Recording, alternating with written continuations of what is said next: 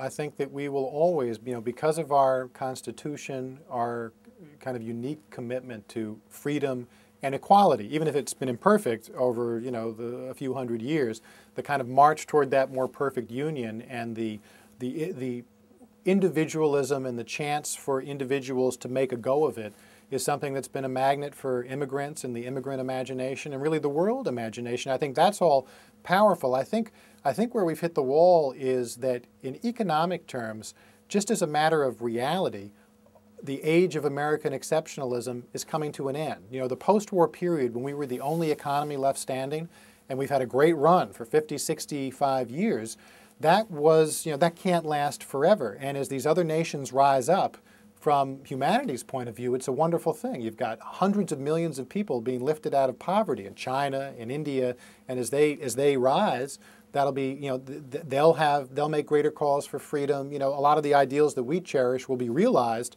abroad when those folks have a better economic toehold. But we just have to realize that we're not calling the shots, and we're not in as much control uniquely of our economic destiny as we used to be. That's kind of it's a sort of a growing up that we have to do, because the period since World War II was in some sense an exception itself. We found ourselves in this unique situation.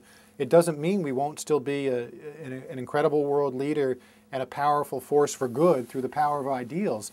But I think that the fact that that era is ending, where we stood astride the globe alone economically, means that we just have to rethink some of the way we decide we want to have a decent society. And I think, in particular, the fact that we were on top for so long in this way has led us as a culture to overestimate the power of the individual to shape his own economic destiny in a way that I think now is going to require some rebalancing. And I think that one of the things we'll see then in the era ahead is that there are things we have to do as a community, like basic health coverage. We have to make sure as a community that that's something that every American enjoys, and not just leave it to the kind of random whim of whether you happen to work for a large employer who offers that. Those are some of the kind of dead ideas that just won't make sense in an era when we're competing globally against all these other countries.